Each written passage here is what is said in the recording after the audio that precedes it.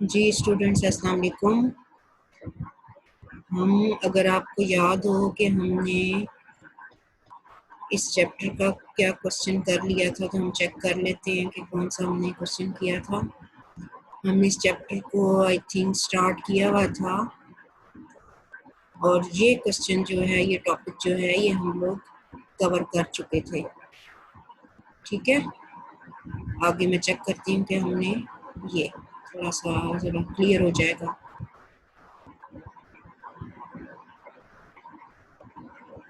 I think یہ question ہم نے نہیں, یہ ہم نے شاید نہیں کیا. یہ والا کوشچن یہ ہم دوبارہ کر لیتے ہیں. قومی یکجہتی کے مسائل اور ان کا حل. ٹھیک ہے, یہ میں سٹارٹ کرتی ہوں. قومی یکجہتی کے اور سالمیت کے مسائل اور ان کا حل.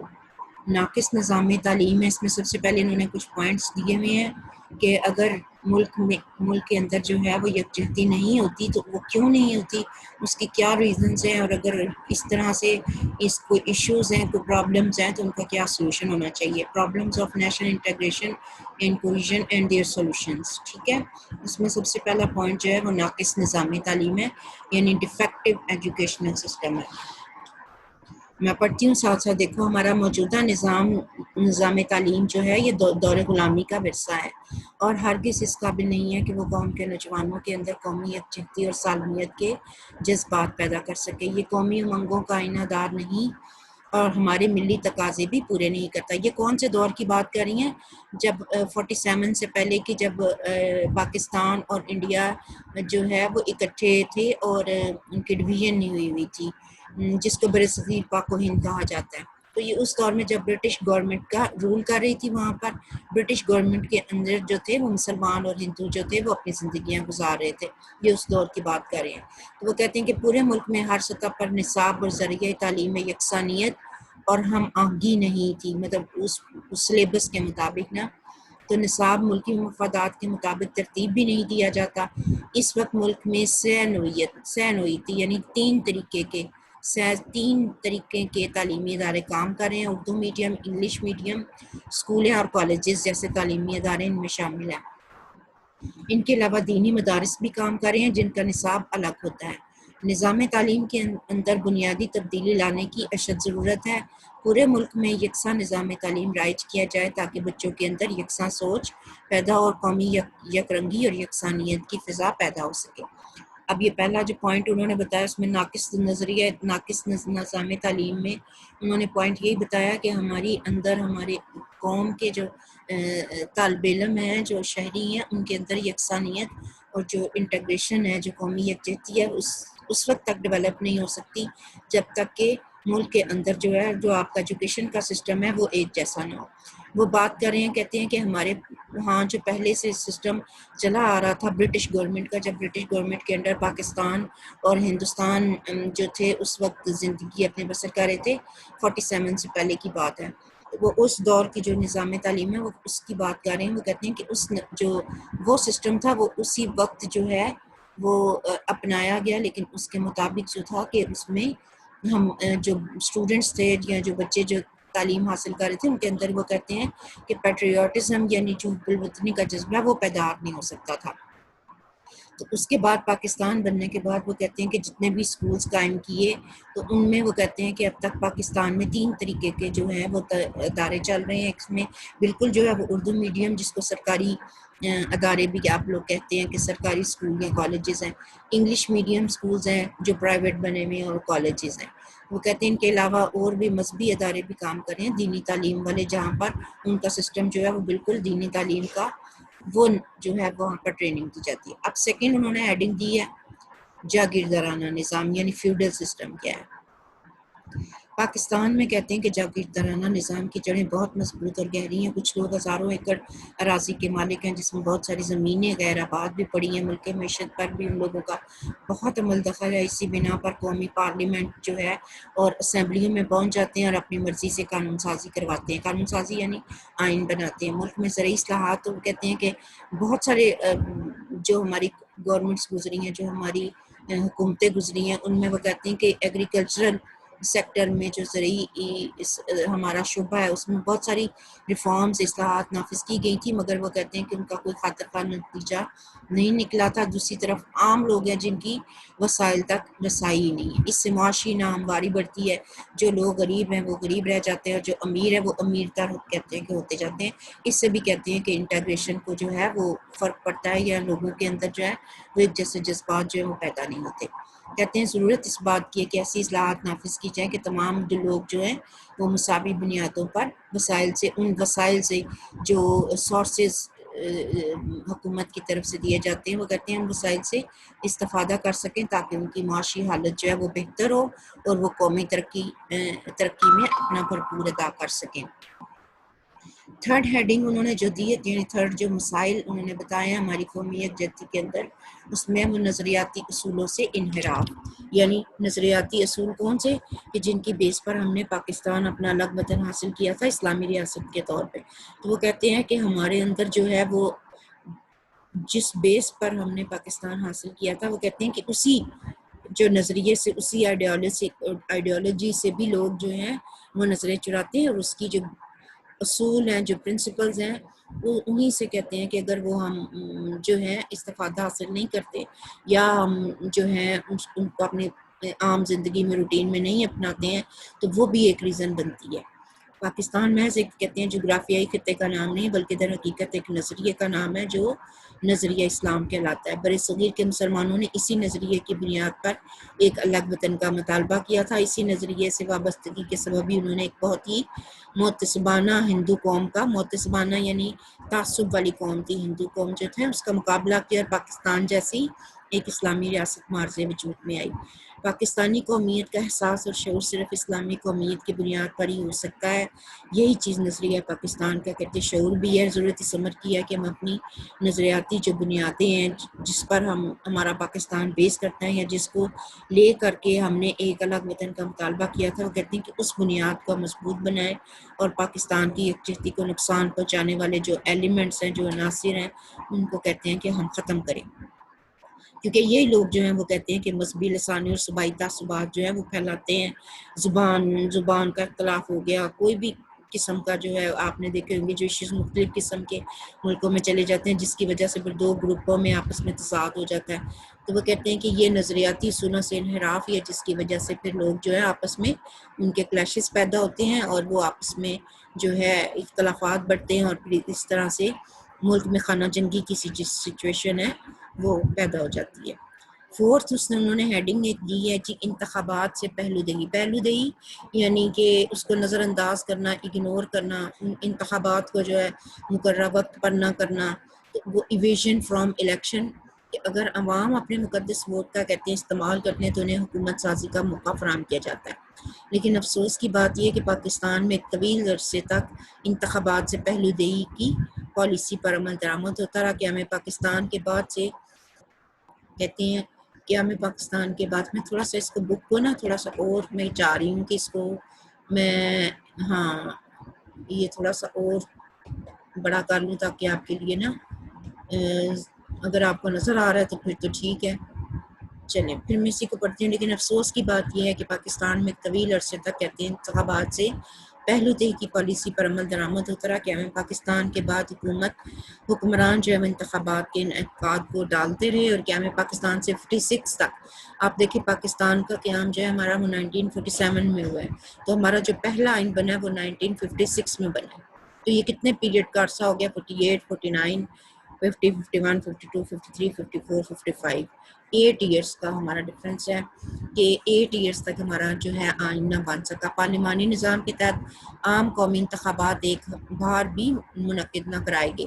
58 میں انتخابی عمل کے شروع کرنے کا عزم کیا گیا۔ اس عزم کے آغاز سے پہلے ہی مارشل لا نافذ کر کے جب ایوب خان جو ہے وہ برسر اقتدار آئے، انہوں نے 58 اکتوبر میں آ کر مارشل لا لگا دیا تھا اور بار بار کہتے ہیں مارشل لا، اور پھر اس کے بعد یہ ایوب خان کے بعد جو ہیں پھر اس کے بعد یحییٰ خان آئے تھے، یحییٰ خان نے بھی کہتے ہیں کہ پھر نہ مارشل لا نافذ کیا تھا۔ وہ کہتے ہیں کہ بار بار مارشل لا اور حکومت کی تبدیلیوں سے بھی نا قومی وحدت کی فضا مقدر ہو گئی، یعنی کہ جو وہ پیٹریوٹزم کے یا نیشنل انٹیگریشن یا جو قومی یکجہتی کے ایک سچویشن ہوتی ہے نا، وہ کہتے ہیں کہ وہ اس وقت جو ہے وہ بالکل بھی ختم ہو گئی. اگر دستور کے مطابق عام قومی انتخابات بر وقت کرانے کا کہتے ہیں کہ بندوبست کیا جاتا، لوگوں کو اظہار رائے کا موقع فراہم ہوتا، ملک جو ہے وہ سیاسی انتشار کا شکار نہ رہتا. سیاسی انتشار کون سا تھا کہ جی اس وقت جب پاکستان بنا تو بہت سارے گروپس جو ہیں وہ تشکیل پا گئے جو کہتے تھے کہ نہیں، پاکستان جو ہے وہ نظریہ آئیڈیالوجی جو تھا وہ ہمارا اسلام تھا، تو اسی بیس پر ہی جو ہے ملک جو ہے اس کو بنانا چاہیے، اور ہمارا جو بالکل سسٹم ہے وہ مذہبی ہوگا. ایکسٹریمسٹ جو تھے وہ لوگ، انہوں نے بھی کچھ نعرہ ایسے لگائے کہ جی ایکسٹریمزم پر جا کے نا کہ مذہبی ملک ہوگا. تو وہ کہتے ہیں کہ اس وجہ سے بھی نا کچھ سیاسی انتشار ملکوں میں رہا. ملک میں ہمارے جمہوریت کا پودا جو ہے پنپتا رہتا ہے اور قومی وحدت کو فروغ پاتی ہے.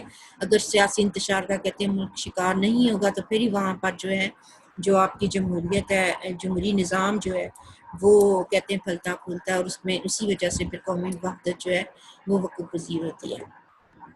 پھر ففتھ انہوں نے ایک پوائنٹ ہیڈنگ دی ہے جی، ذرائع ابلاغ کا کردار، رول آف میس میڈیا، کہ قومی یکجہتی کے فروغ کے لیے ذرائع ابلاغ. آپ نے دیکھا یہ ہمارا جو ٹی وی ہے، ریڈیو ہے، اور بھی مختلف جو ہمارے ذرائع ہیں میس کمیونیکیشن کے نا، میڈیا کے، وہ کہتے ہیں کہ اس میں شرط یہ ہے کہ ان کا استعمال صحیح خطوط پر کیا جائے تاکہ لوگوں میں جو ہے وہ جذبہ حب الوطنی پیدا ہو، اسلامی اخوت اور اسلامی سیرت و کردار کو فروغ حاصل ہو. چنانچہ اخبارات، رسائل، ریڈیو، ٹیلی ویژن پر یہ فرض کہتے ہیں عائد ہوتا ہے کہ وہ یکجہتی کے فروغ کے لیے اپنے وسائل کو صحیح طور پر بروئے کار لائیں. اب آپ دیکھیں، آپ کا اکثر لوگ جو ہیں ہم ٹی وی دیکھتے ہیں، ریڈیو سنتے ہیں، اخبارات پڑھتے ہیں، تو وہ کہتے ہیں نیٹ پہ بھی بہت سارے لوگ جو ہیں انٹرنیٹ پہ بھی اخبارات پڑھتے ہیں، تو وہ کہتے ہیں یہ جو ہمارے میڈیا کے جو ذرائع ہیں، یہ اگر یہ مثبت پروگرام جو ہیں وہ ٹیلی کاسٹ کریں، مثبت پروگرام کو آن ایئر جانے دیں جس میں حکومت کی اچھی جو ہیں وہ باتیں، یا حکومت پر اگر کسی اس کی پالیسی کو غلط ہے تو اس پر مثبت تنقید جو ہے وہ کریں، تو وہ کہتے ہیں کہ تب عوام کی جو رائے ہے وہ صحیح خطوط پر استوار ہو سکتی ہے. لیکن اگر یہی میڈیا جو ہے، یہی وسائل جو ہیں، اگر یہ جو ہے وہ لوگوں کے اندر یکجہتی کو فروغ نہ ہونے دیں اور ایسے جذبات لوگوں میں منظم کر دیں گے، ایسی ان کے اندر جو ہیں وہ عادات ڈیولپ کر دیں کہ جس سے قومی یکجہتی جس کو نقصان پہنچتا ہے، تو وہ کہتے ہیں کہ پھر ان ذرائع جو ابلاغ ہیں، یہ بھلے جو سارے ہمارے سورسز ہیں، تو وہ کہتے ہیں ان کا کوئی فائدہ نہیں. پھر کثیر جماعتی نظام ہے، جو پولیٹیکل پارٹی زیادہ اگر آپ کے ملک میں زیادہ ہے، ملٹی پارٹی سسٹم ہے، بہت ساری ہیں، ایک یا دو سے زیادہ ہیں، تو وہ کہتے ہیں کہ اس کی وجہ سے بھی جو ہے وہ بعض اوقات جو ہے یہ مسائل جنم لیتے ہیں کہ مختلف پارٹیز ہوں گی تو تمام مختلف پارٹیز جو ہیں وہ اپنا اپنا منشور جو ہے وہ لاہے عمل جو ہے وہ لوگوں کے آگے پیش کرتی ہیں، اور لوگ جو ہے کشمکش کا شکار ہو جاتے ہیں. پڑھتے ہیں اس کو کہ جی پاکستان دنیا میں ان چند ممالک میں شامل ہے جہاں کثیر جماعتی نظام رائج ہے. متعدد جماعتیں علاقائی بھی ہیں، انہیں قومی جماعتیں نہیں کہا جا سکتا. بہت کم جماعتیں ایسی ہیں جن کی چاروں صوبوں میں مؤثر تنظیم موجود ہے. سیاسی جماعتوں کے لیے ضروری ہے کہ وہ قومی مفاد کو پیش نظر رکھ کر بنائی گئی ہوں. امریکہ اور برطانیہ میں 2 جماعتی نظام ہے. آپ کو پتہ نا، اکثر آپ نے جب بھی ان کے الیکشنز ان کے بارے میں سنا ہوگا تو وہاں لبرل اور ڈیموکریٹک پارٹی، ٹھیک ہے، یہ اس طرح کی 2 جماعتیں کہتے ہیں نظام قائم ہے، اور دونوں ہی جو ہیں وہ ملکی جماعتیں ہیں، اسی لیے وہاں یکجہتی کا فقدان نہیں ہے.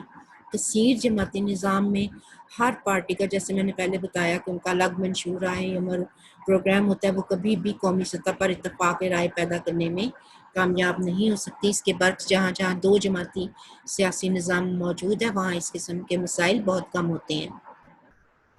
وہی بات جو میں نے آپ کو کہی ہے کہ اگر ملک کے اندر سیاسی جماعتیں جو ہیں بہت زیادہ ہیں تو ظاہر آپ کو پتہ ہے کہ ہر سیاسی جماعت جو ہے، ہر لیڈر جو ہے سیاسی جماعت کا، وہ اپنے خیالات جو ہے وہ عوام کے سامنے رکھتا ہے، اور عوام کی رائے کو ڈیولپ کرنے میں بڑا رول ہوتا ہے ان لیڈرز کا، پولیٹیکل پارٹیز کا. تو وہ کہتے ہیں کہ جہاں پر 2 سے زیادہ جماعتیں سیاسی جماعتیں موجود ہوں گی تو لوگ بھی جو ہیں وہ کشمکش کا شکار ہو جائیں گے. ان کو سمجھ بھی نہیں پڑتی ہے کہ کون سی جماعت جو ہے وہ صحیح کہہ رہی ہے، کیونکہ ہر سیاسی جماعت جو ہے وہ ایک ہی تقریباً ان کا ایک ہی جیسا منشور ہوتا ہے. تو وہ پھر اس وجہ سے پھر لوگ جو ہے وہ کشمکش کا شکار ہو جاتے ہیں. لیکن اگر جہاں پر ایک یا دو سیاسی جماعتیں ہوں گی تو لوگوں کو ڈیسائیڈ کرنے میں طے کرنے میں آسانی ہوتی ہے کہ کون سی جماعت جو ہے وہ زیادہ اچھا منشور کے ساتھ آ رہی ہے تو ہم نے اس کو ووٹ دینا ہے. جمہوریت کی کامیابی اور ملک کی سالمیت کے لیے لازم ہے کہ رائج الوقت جماعتوں کی تعداد حد المقدور کم کرنے کی کوشش کی جائے.